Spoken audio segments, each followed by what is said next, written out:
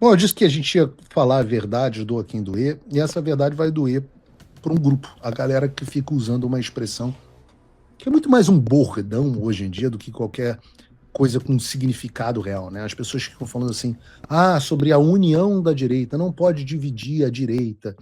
E eu digo que isso é um bordão porque não há substância. As pessoas não refletem sobre a substância do que elas estão dizendo. Elas repetem um aglomerado de palavras, porque elas não querem ver as pessoas que elas gostam em lados diferentes, as pessoas que elas defendem. Então elas verbalizam um aglomerado, um amontoado de palavras que soa bem. Mas que, se você raciocinar 2 segundos, não resiste ao escrutínio. Porque, pensa em primeiro lugar. Em primeiro lugar, as pessoas pensam que qualquer divergência entre todo mundo tem que ser resolvida no privado. Eu ouço isso o tempo inteiro, dá um saco. Porque a verdade é que todas as divergências que vocês veem se tornar públicas, em geral, foram tretas que já rolam no privado há muito tempo. Aliás, vocês sabem, eu sempre procuro as pessoas diretamente, já falamos sobre isso algumas vezes aqui no programa, e não só isso, eu faço pontes, fiz pontes entre o Eduardo e Nicolas, se tornou público, fiz pontes entre o Eduardo e o Constantino, aí deu aquela briga toda que a gente não precisa entrar aqui. Tentar, a gente tenta. Agora, uma vez que as tretas não são sanadas, há 2 alternativas, filhão. O mundo não é o arco-íris lindo, onde todos se dão bem e são todos bem intencionados. Hoje a gente vai expor aqui um pouco dos bastidores do que é a política real, que nem sempre vocês veem. E aí a gente tem sempre essa dúvida. Tem sempre esse dilema. 2 caminhos. Ou você expõe e traz luz àquele problema, traz aquele problema à luz do dia ao público, ou você ignora e finge que não existe. Embora a guerra continue acontecendo, com ações reais. E, de um modo geral, eu acho que como movimento político, né, nosso movimento político é um movimento político de conheça a verdade, ela te libertará, né, de que se você trouxer as bactérias, os micróbios ao sol, né, ao raio ultravioleta do sol, esses micróbios morrem. É antissético. A luz afasta as trevas, né? E por isso que a gente acaba trazendo luz às coisas. Quem gosta que tudo seja resolvido em conchavo entre os poderosos, sem que a população saiba quem é quem, é o lado de lá. Nós acreditamos na vontade do povo e na força do povo. E é claro que a gente evita o máximo possível e que às vezes é desagradável, mas não se preocupem tanto com isso. Isso é um fetiche. É um fetiche esse negócio de não dividir a direita. Basta você ver a campanha do Flávio com essa divisão, ela vai muito bem. Poderia ir melhor se todos estivessem a bordo? Eu acho que sim, mas cada vez eu tenho menos certeza de que essas pessoas fariam alguma diferença. Eu quero crer que poderiam fazer, tá? Mas hoje em dia eu tenho dúvida, porque tá indo muito bem sem. Porque, claro que o Flávio tem que adotar a postura de pacificador e magnânimo, ele tá correto, é esse o que tem que ser feito. Tem 100% do nosso apoio nessa direção, mas vocês podem ter certeza que ele não é idiota. O Flávio sabe o que está acontecendo. Ele sabe quem é quem. E aqui, só para deixar claro, há que haver uma separação. Porque o influenciador X, Y, Z pode apoiar ou não o Flávio, quem ele quiser. Embora não seja ruim que o público critique e exponha os influenciadores que apelam ao público de direita e, no final das contas, jogam contra o Flávio. Essa cobrança é normal. Ela acontece e aconteceu. A gente conseguiu fazer com que o MBL desaparecesse, e eu já fui muito cobrado também, quando eu critiquei o Bolsonaro inúmeras vezes, e certamente vou ter que criticar o Flávio durante o governo dele, também sofri crítica, e tudo certo, tudo normal. Mas aqui a gente está falando de um negócio muito mais sério. A gente está falando de pessoas que estão dentro do partido do Flávio Bolsonaro, dentro da mesma estrutura organizacional. E eu digo, há quanto tempo nós dizemos que essas pessoas estão fingindo que fazem campanha do Flávio, enquanto nos bastidores fazem tudo para minar a campanha do Flávio? Por ressentimento. Mas no final das contas, a verdade vem à tona. A frase é do Ben Shapiro, mas outro dia eu vi até o Reinaldo Azevedo repetindo, né? Que você tem direito às suas próprias opiniões, mas não tem direito aos seus próprios fatos. E quando nós dizemos que as pessoas não estão apoiando o Flávio, não é uma questão de opinião, é uma questão de fato. Eu vou falar um pouco sobre esse assunto agora, porque durante a semana saiu uma reportagem que vale a pena o comentário. A reportagem da Folha de São Paulo. Alvo de crítica de Eduardo, Nicolas citou o Flávio em apenas 10 dos 544 posts feitos no X. As menções de Flávio representam menos de 2%, diz a Folha de São Paulo, aos conteúdos compartilhados por Nicolas em sua timeline de 5 de dezembro de 2025 até 9 de abril, de acordo com o levantamento da Folha. Antes das críticas públicas de Eduardo, no último dia 4, Nicolas tinha feito apenas 6 posts sobre o Flávio. Depois do embate, comentou outras 4 vezes em um período de 4 dias, com conteúdo repercutindo momentos em que apoiou a pré-candidatura e a resposta do senador ao atrito. Ele também compartilhou um vídeo do Flávio que pede pacificação e trecho de uma entrevista em que o pré-candidato afirma a um podcast que Nicolas é uma potência digital que está comigo 100% e que ajuda o SPON do PT viralizando. E não adianta reclamar. Esses são os números, ou seja, os números mostram que a cada 100 posts do Nicolas, menos de 2 mencionam o Flávio. E quando ele menciona, isso precisa ser dito. É para falar dele. É falar de si mesmo. São mensagens do Flávio que beneficiam a ele. Se você pegar os 504 posts, apoio ao Flávio, divulgação do Flávio, divulgação da agenda do Flávio, divulgações de pautas que são favoráveis ao Flávio, zero. Zero.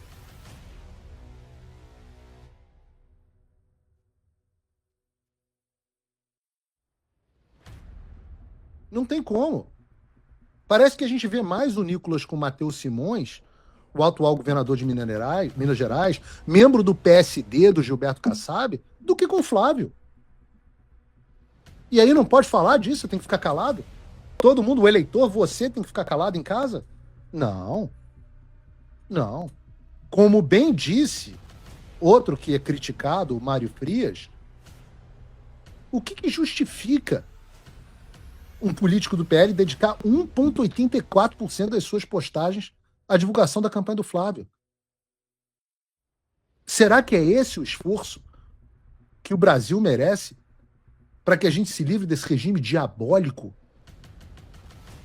que produz vídeos, como a gente viu ontem, de um senhor desesperado por estar sendo preso injustamente mais uma vez?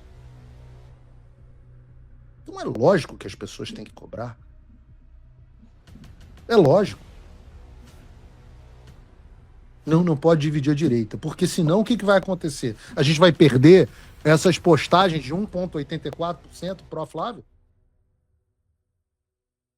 Se dividir a direita, a gente vai perder isso? Oh, meu Deus, o que será de nós?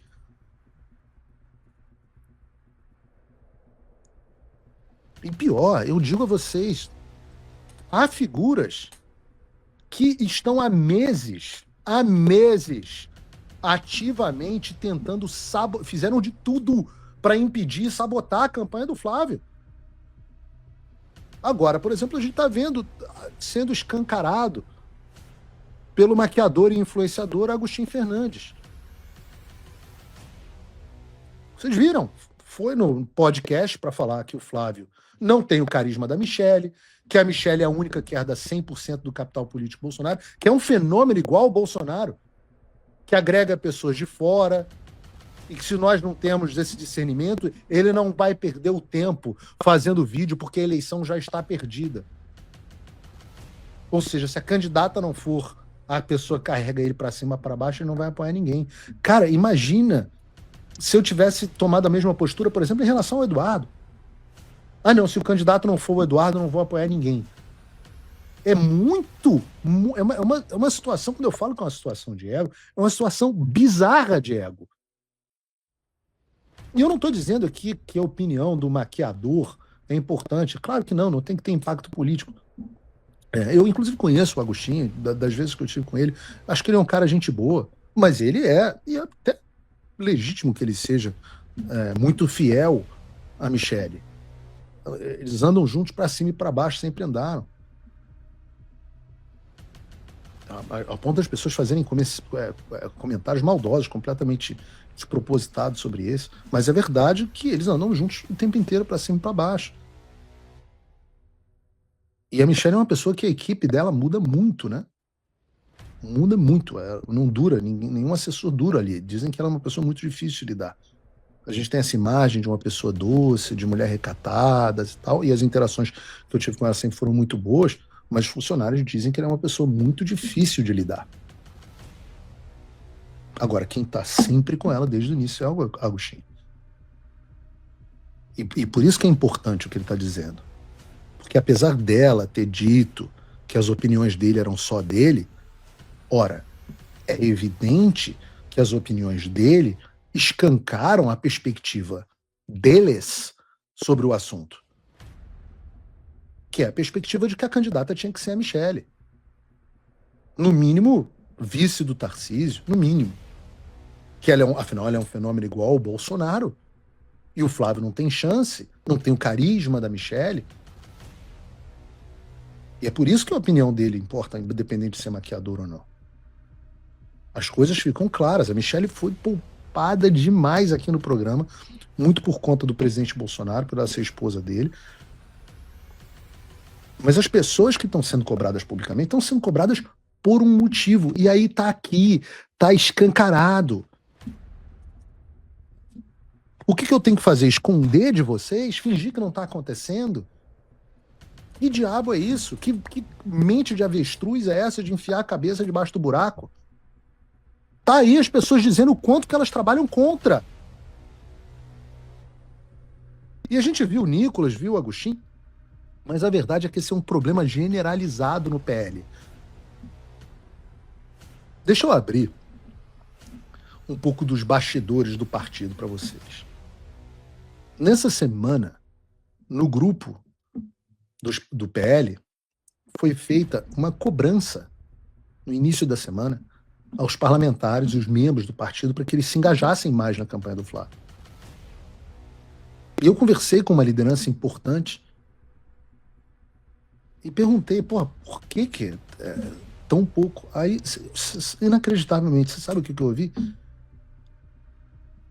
Eles não postam coisa do Flávio porque estão reclamando muito, acham o Flávio muito inacessível, muito difícil de se falar. O Jair recebia todo mundo, as pessoas entravam na sala dele com facilidade. O Flávio, poxa, tá muito inacessível, não atende o telefone. Puta merda! Puta merda! Olha a cabeça das pessoas que a gente tem que contar para salvar o Brasil, cara. Um quer ser o protagonista, a outra quer ser a candidata, os outros querem ser afagados o tempo inteiro. É tudo terceira camada. São pessoas que não conseguiram saltar pro. Ainda tem um desejo, acho que é quarta camada, é um desejo constante de carinho, de afeto, de afago. Eu não vou nem dizer aqui que é vaidade, é muito além da vaidade, é viadagem. É viadagem. Todo mundo quer ser reconhecido, que o Flávio resolva as microdisputas regionais dos caras, a treta do cara com o fulano que é candidato e não sei o quê, no estado dele, e o Flávio ocupado com presidência da República, inquérito no STF, agenda internacional. Às vezes eu tento agenda internacional do Flávio com pessoas que são pessoas que tratam do destino do mundo. E o Flávio não tem agenda, e eu tenho que correr atrás, me desdobrar, etc, etc. E aí ele não pode, porque ele tá tendo que atender o deputado da puta que pariu, que tá preocupado com a chapa dele e quer que o Flávio resolva. E se o Flávio não atende o telefone e eu fico ouvindo o nhenhenhen do cara, eu não vou postar o Flávio, porque ele não me dá atenção. Puta merda! Puta merda!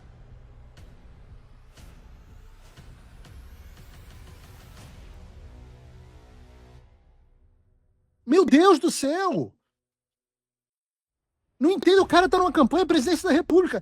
É foda falar com ele, é difícil pra mim. Tô tentando há 2 dias, tem um assunto importantíssimo pra falar com ele, que foi pedido dele, e não consigo falar com ele. Mas, pô, não, tô aqui no programa fazendo campanha pra ele, dizendo que é importante, dizendo que é bom. Por quê? Porque eu quero salvar o Brasil. Vocês já repararam, a campanha do Flávio até agora não conseguiu contratar um marqueteiro. Ele não teve tempo de analisar. Tem pesquisa interna da campanha que está pronta, mas que até hoje não se conseguiu uma reunião para mostrar a análise da pesquisa.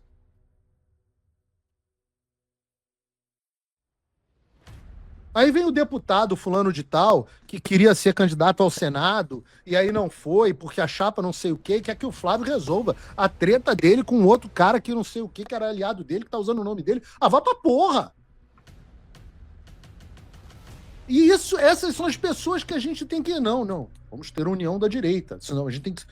Caraca, meu irmão! Esse é o nível das pessoas da direita, das pessoas que a gente está contando para salvar o Brasil. Não estão nem aí para o Brasil. É o que o meu avô falou na entrevista. Quando chega na política e o meu avô perguntava, mas e o Brasil? Ora, presidente. Mostrei ontem a entrevista dele. Ontem. Ora, presidente. Ora.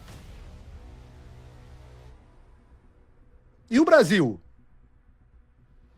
Onde é que está?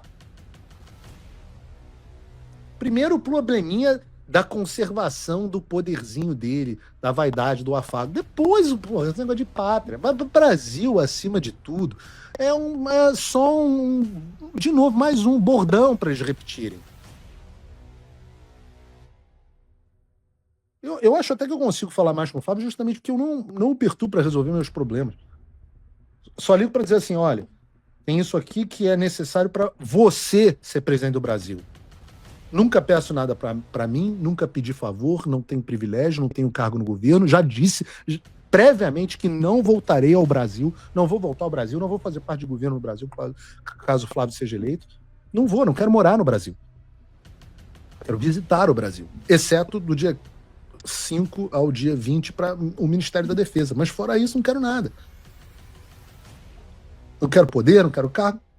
E estou aqui fazendo campanha. E aí tem um ex-amigo, que eu não vou nominar porque a gente está de bandeira branca, que diz que eu sou ególatra. Eu sou o primeiro ególatra que não quer nada para eu. Tô fazendo tudo para ajudar numa coisa onde eu não sou o protagonista.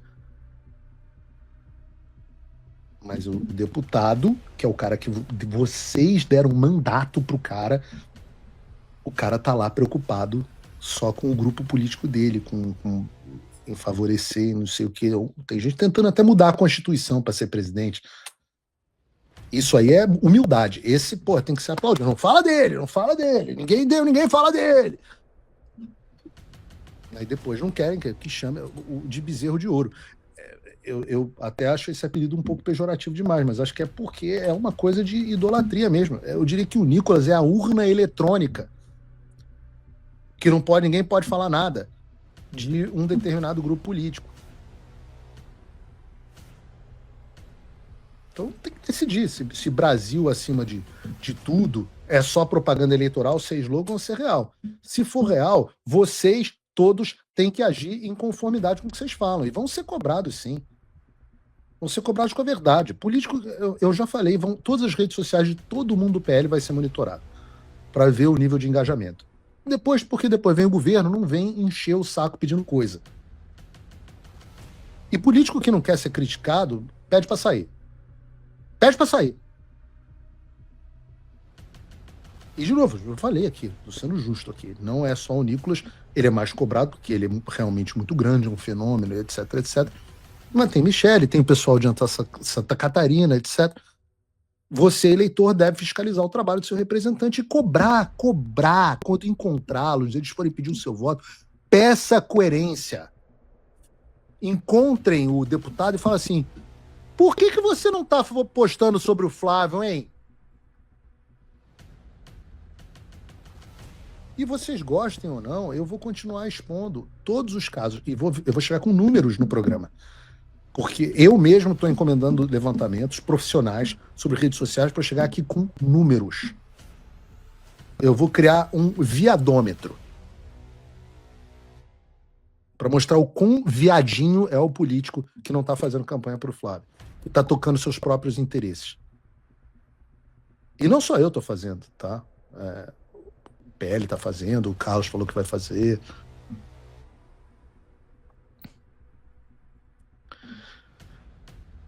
No fundo, a gente quer que essas pessoas botem a mão na consciência e enxerguem qual a importância desse projeto para o Brasil. Depois de tudo isso que a gente viu e tratou no programa, de consolidação do regime de ditadura, a gente tratou no programa de ontem, de inocente sendo preso, de pessoas, a gente tem que botar a mão na consciência. Mas Paulo, esse monitoramento de redes sociais dos políticos do PL é ditatorial. Não, imagina, pessoas comuns são livres para terem a opinião que quiserem. Membros do PL, não. Quem é do PL tem sim a obrigação de apoiar o candidato do PL ou então buscar outro partido. E é assim que funciona qualquer organização privada do planeta. Imagina você que está em casa, se você no seu trabalho decide fazer o que o seu chefe te pede, porque ele não está me deixando entrar na sala dele a hora que eu quiser. Imagina se você começa a fazer propaganda da empresa da concorrência. Em nenhum lugar do mundo isso é aceito se você começa a falar mal e sabotar o seu chefe pelos bastidores. Só na cabeça dos doidinhos do PL que nunca trabalharam numa organização da vida. E isso é que falta gente que teve emprego. Gente que trabalhou. Porque essas pessoas, a maioria delas, nunca tiveram um emprego. Então eles não estão acostumados a entender como é que funciona o mundo real. E aqui a gente está falando especificamente do PL e das pessoas que estão no partido. Mas a gente tem que fazer uma cobrança separada a veículos de mídia. Aliás, um trabalho que eu sempre fiz foi mostrar o viés de cada veículo de comunicação. Então, vou deixar para o próximo bloco para a gente falar sobre alguns veículos de mídia no Brasil e sobre a ótica, o framing através do qual as notícias chegam a você. E sim, eu vou falar da Globo, vou falar do Estadão, mas vou falar também da Oeste. Mas antes disso, um merchan para eu pedir seu apoio. Então a gente estava falando que a gente vai cobrar e expor membros do PL que não apoiam o Flávio para que as pessoas saibam quem está preocupado com o Brasil e quem está preocupado com o seu próprio projeto político. Agora, a gente também não vai deixar de mostrar o viés dos veículos jornalísticos. E não adianta falar que é bullying, que é implicância, espernear, chamar de ataque, não.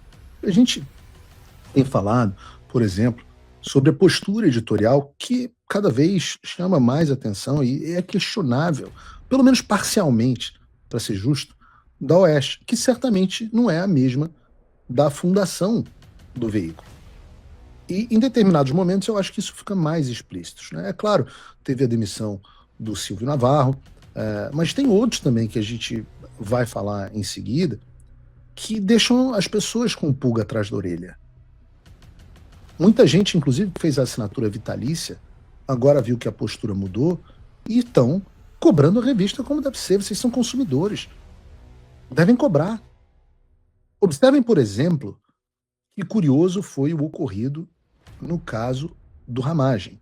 E aqui a gente tem alguns fatos. Né? O primeiro deles é a notícia de quando o Ramagem saiu da detenção. O que a Oeste publicou sobre isso? Pedido de asilo não resolve situação de Ramagem, diz a advogada. Achei uma reportagem esquisita, né? Mas a gente deixou passar, porque a gente não quer dividir a direita, não é?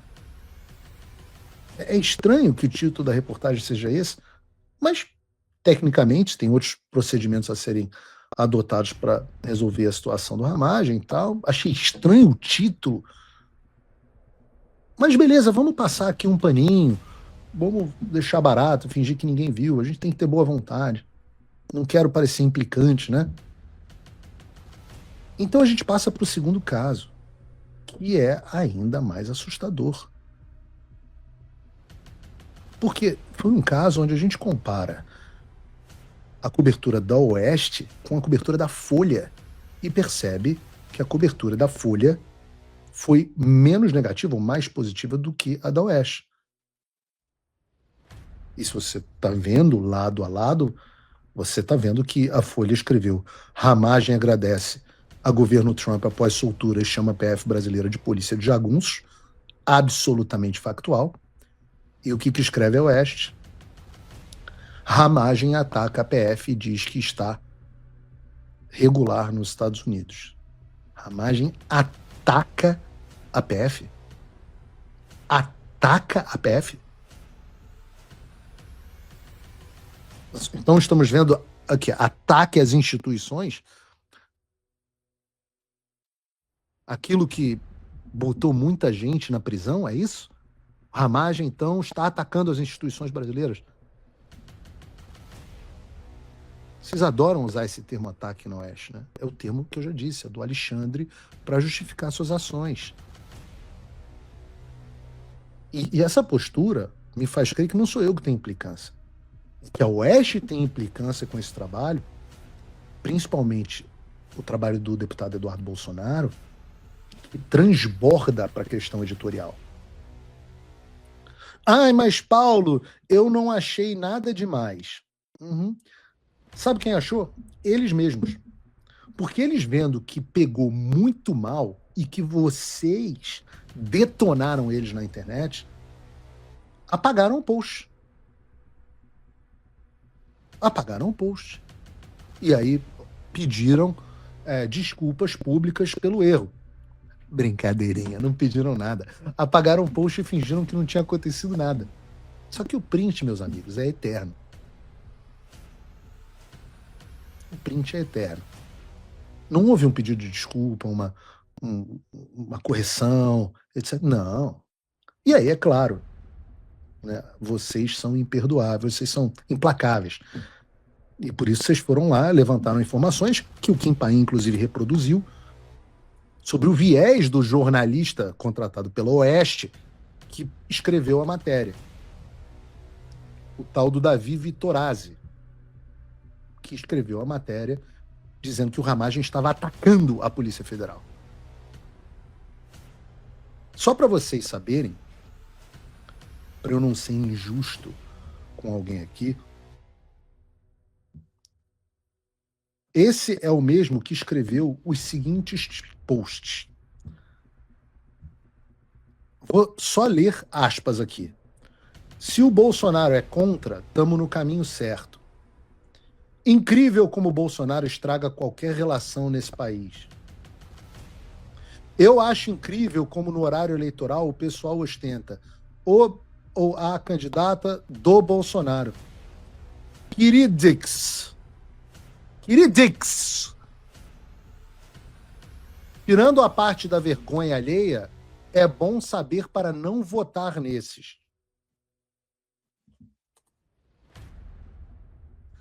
É melhor eu expor o tipo de jornalista que está na Oeste, escrevendo que o Ramagem ataca as instituições, ou é melhor eu ficar quieto para não dividir a direita? Mas é claro que quando a Oeste, eles não sabiam das posturas editoriais do menino, e quando viram, não apagaram só a reportagem, também demitiram o jornalista e emitiram uma nota dizendo que não, como a Globo News fez com a Dani Lima, sei lá, ou com a Eliane Cantanhede, que ele não combinava com a postura editorial do veículo e tal, e foi importante essa demissão. Exceto que, brincadeirinha, ela também não aconteceu. O que aconteceu foi apagar os rastros. O Davi Vitorazzi apagou o perfil dele no X e fingiu que não era mais com ele. Faz sentido.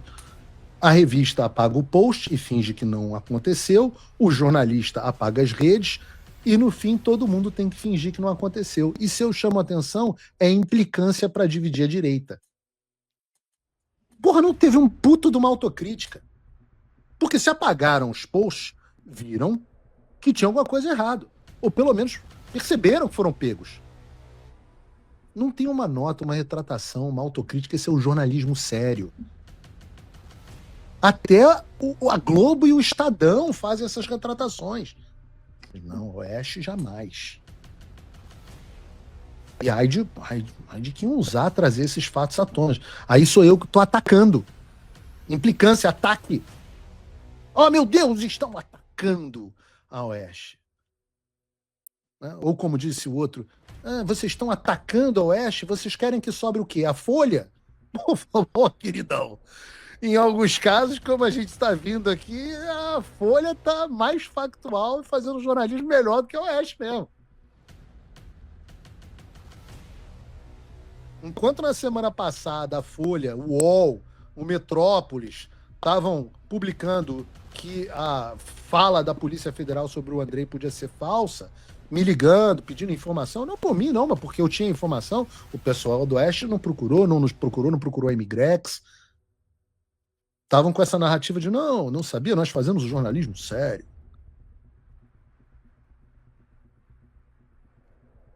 Então lamento dizer, mas nesse episódio específico, Folha de São Paulo, Metrópole, CNN Brasil, os outros veículos mainstream, ó, era um coro. Um coro. E é uma pena, vou ser bem sincero, é uma pena. Porque, no geral, cara, não dá para jogar o bebê junto com a placenta fora. Não dá. O Ash fez um trabalho até aqui, eu já pedi assinante para ele. Hoje eu não peço mais, não. Hoje não peço. Hoje eu falo assim, não assine. Não assine. Tem que ver qual é a postura editorial do veículo que você está assinando. Assim como eu falo, não assine o Globo, não assine a Folha.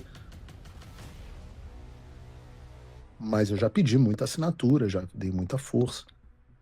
Né? Porque eles fizeram um trabalho durante muito tempo exemplar. Só que, por implicância, não sei. Eu já falei aqui, né? O Flávio tem convite de todos os veículos para entrevista. Perguntei a ele, tem um tempinho, se a Oeste já o tinha convidado e eles preferem entrevistar o Alessandro Vieira, essas pessoas de direita. Então, não vou jogar fora os 4 anos de trabalho, mas eu acho que é importante que vocês saibam e que façam as cobranças, assina, não assina, isso aí. Eu não peço para assinar mais. E tá, eu era cético, mas está difícil. Né? E cobrar é normal. Gente, falo isso sempre. Ser cobrado, ser criticado pelo público é normal. Vocês nunca me viram esperneando no chão porque fui cobrado. Não viu e nunca verão. Cadê o antifrágil, meu Deus? Cadê a cultura do antifrágil? Mais uma para eu encaixar no slogan. Direita sem viadagem.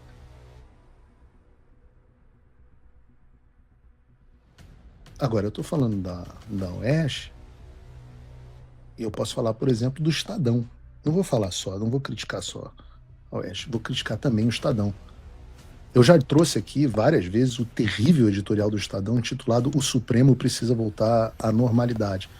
E nesse editorial, como você já sabe, né, o Estadão pelo menos fez autocrítica admitindo que houve censura, mas dizendo que a censura era justificada. Tem a ver com o tema do programa de ontem, pacto para prender o Bolsonaro. Mas quando o Estadão fala, a gente tem que saber quem está falando através do Estadão. E aí, sobre isso, quem fez uma boa reportagem foi o Metrópolis. Eu não sei se vocês lembram, mas no início do mês o Estadão fez uma reportagem dizendo que o Master pagou 27 milhões de reais ao Metrópolis. E nós trouxemos aqui no programa. Isso é bom. Isso é bom. Porque a gente sabe mais de quem ganhou dinheiro e quem não ganhou dinheiro, mas também é bom porque isso nos traz a uma briga entre o Metrópolis e o Estadão.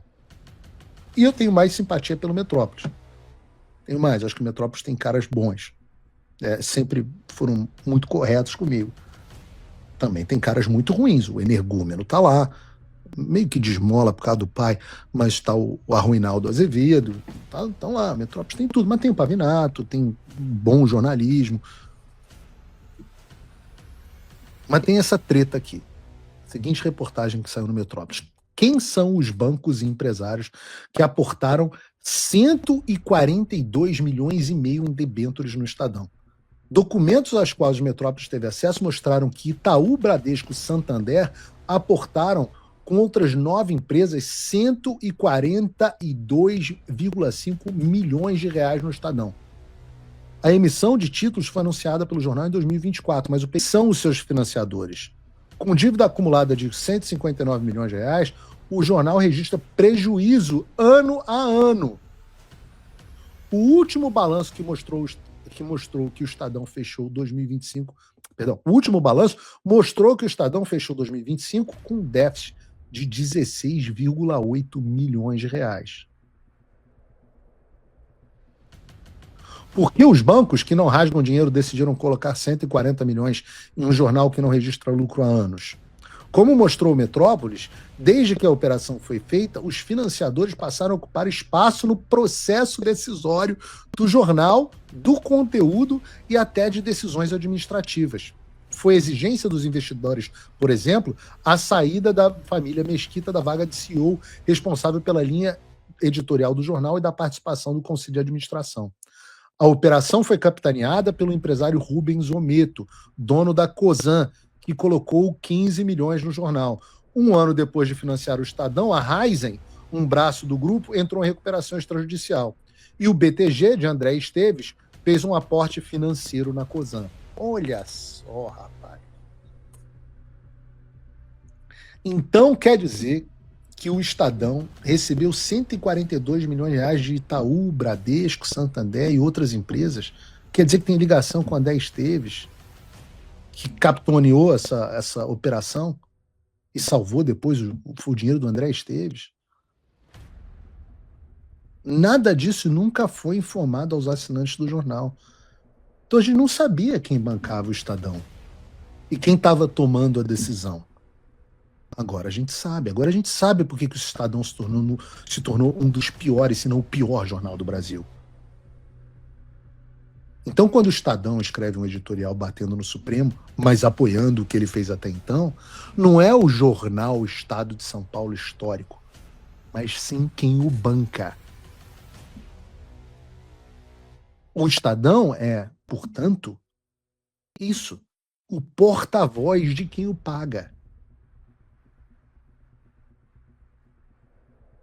Ou vocês acham que um veículo dá prejuízo todos os anos e alguém vai lá e coloca dinheiro no prejuízo? Prejuízo por quê? Porque ninguém mais lê aquela merda. Que ninguém mais respeita aquela bosta. E é óbvio que eles, com todo o investimento, dão prejuízo. E aí vem quem? Por isso. Por isso que as pessoas perguntam assim, Paulo, mas se a mídia está em crise, os veículos perdem assinantes, perdem audiência, por que que eles continuam com essa linha editorial? Por que que a Jovem Pan resolveu ser de esquerda? Por que que não tem mais uma rede de direita no Brasil? Por quê? Porque você não é o cliente. Você não é o cliente é o Bradesco, o cliente é o Itaú, o cliente é o André Esteves, são eles que pagam a conta da mídia tradicional. É o Master. Esses são porta-vozes contratados dos seus financiadores. E aí eu falo isso no meu... Você acha que recebe notícia de graça no Jornal Nacional porque você não paga a Globo. Sobre quem a gente vai falar daqui a pouco, eu vou falar sobre a Globo hoje. E é sob a ótica dessas pessoas que as notícias chegam até você. E por isso que eu tenho um orgulho enorme de ser blogueiro, de ser o jornalista independente que é financiado por quem acha que o que eu falo é importante. Eu entendo que as pessoas que me apoiam fazem isso porque acham que o meu trabalho é relevante, porque querem que eu tenha voz. E quem acha importante que o Estadão tenha voz são os bancos. Eu sou financiado por você de casa, o cidadão. Quem financia o Paulo Figueiredo? Tá, todos os dias eu digo aqui. Você de casa, um cidadão de bem comum, meus patronos Gold e os meus apoiadores. Quem financia o Estadão? O André Esteves. Quem financia o Metrópolis? O Master. E você tem que escolher qual tipo de jornalismo que você quer, pô. Estão perguntando aqui no chat quem financia o Oeste. Eu não tenho a menor ideia. Imagino que seja também os assinantes. Por isso que é importante vocês. Agora, o Estadão não é o fundo do poço. Quando você acha que o Estadão é o fundo do poço, você fala assim, porra, caralho, meu irmão, você tá servindo de porta-voz pro André Esteves, pra Globo? Não é possível, meu irmão, isso é muito baixo. Aí vem alguém e fala assim, baixo? Deixa eu passar com uma retroescavadeira, deixa eu entrar com um tatu da Boring Company do Elon Musk e cavar um buraco 10 vezes mais fundo do que o André Esteves. Tem gente fazendo coisa pior do que receber dinheiro do André Esteves, do Banco Master. Claro que a gente vai chegar na Globo. E o que eu vou fazer? Eu vou falar da Globo lendo com vocês aqui um post da Embaixada do Irão no Brasil. Irã, no Brasil. O representante oficial do governo iraniano no Brasil. Vou ler aqui. Tá? Esse aí que está na tela de vocês.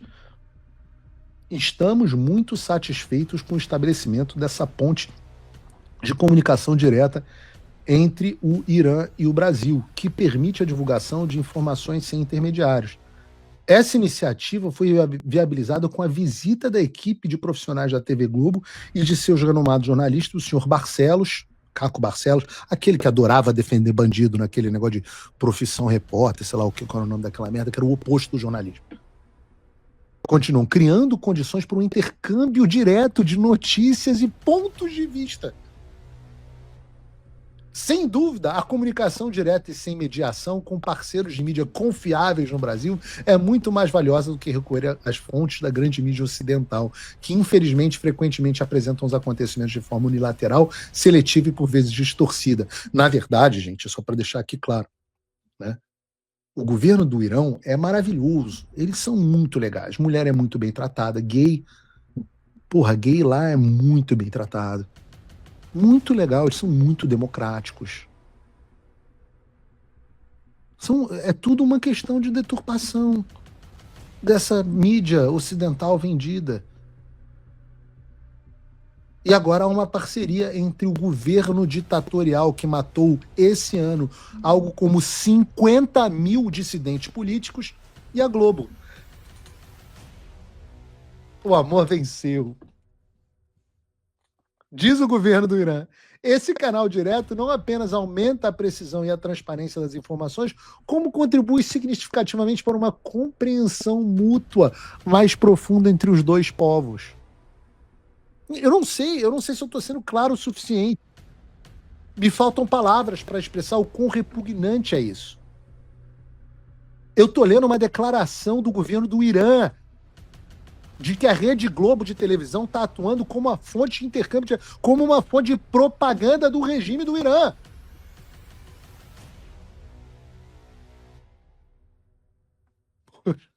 Alguém avisa o Irã, né? Fala, não, a Globo, um dos veículos mais confiáveis do Brasil. Pô, não dava para vocês terem arrumado um parceiro melhor, meus amigos. E aí, você que está em casa, você acha que a Globo faz esse tipo de parceria do Irã para divulgar propaganda de guerra terrorista deles? E mesmo assim, você pensa que a informação que sai no Jornal Nacional e no Fantástico tem valor? Eu não sei o que dizer a você. Então eu exponho isso aqui, exponho para todo mundo. Mas para vocês se lembrarem, porque as notícias dos veículos de comunicação que possuem financiadores que não o público sempre serão porta-vozes desses financiadores. É assim em todos os veículos. Então, você decide se você quer apoiar o jornalismo sério, o jornalismo independente. Aqui você sabe quem me banca, quais são as minhas opiniões, vocês sabem quais são os fatos que eu apresento. Muitas vezes, inclusive, eu dou aqui a minha opinião, que muitos da audiência discordam. E aí eu perco assinantes, e é assim o jogo mesmo. Porque a regra aqui é transparência, e vai continuar sendo. E na terça que vem, hoje 1h40 de programa, tem mais Paulo Figueiredo Show. Como sempre digo aqui, o Paulo Figueiredo é um oferecimento dos meus apoiadores em especial os meus patronos Gold. Ele conta com a edição, não porque eu não tenho 142 milhões do Itaú e do Esteves, e nem do Metrópolis, os 30 e poucos milhões do Master, mas dá pra gente ter uma equipe aqui que trabalha muito duro. O João Gabriel fazendo a edição, a Mika Spakoski no apoio editorial e o Gabriel Fernandes na edição de vídeo. Deus abençoe o Brasil, Deus abençoe a América e até amanhã. E eu vou deixar aqui um recado para você decidir se você quer me apoiar ou então fica lá com o regime de propaganda do Irã e seja lá mais quem, né?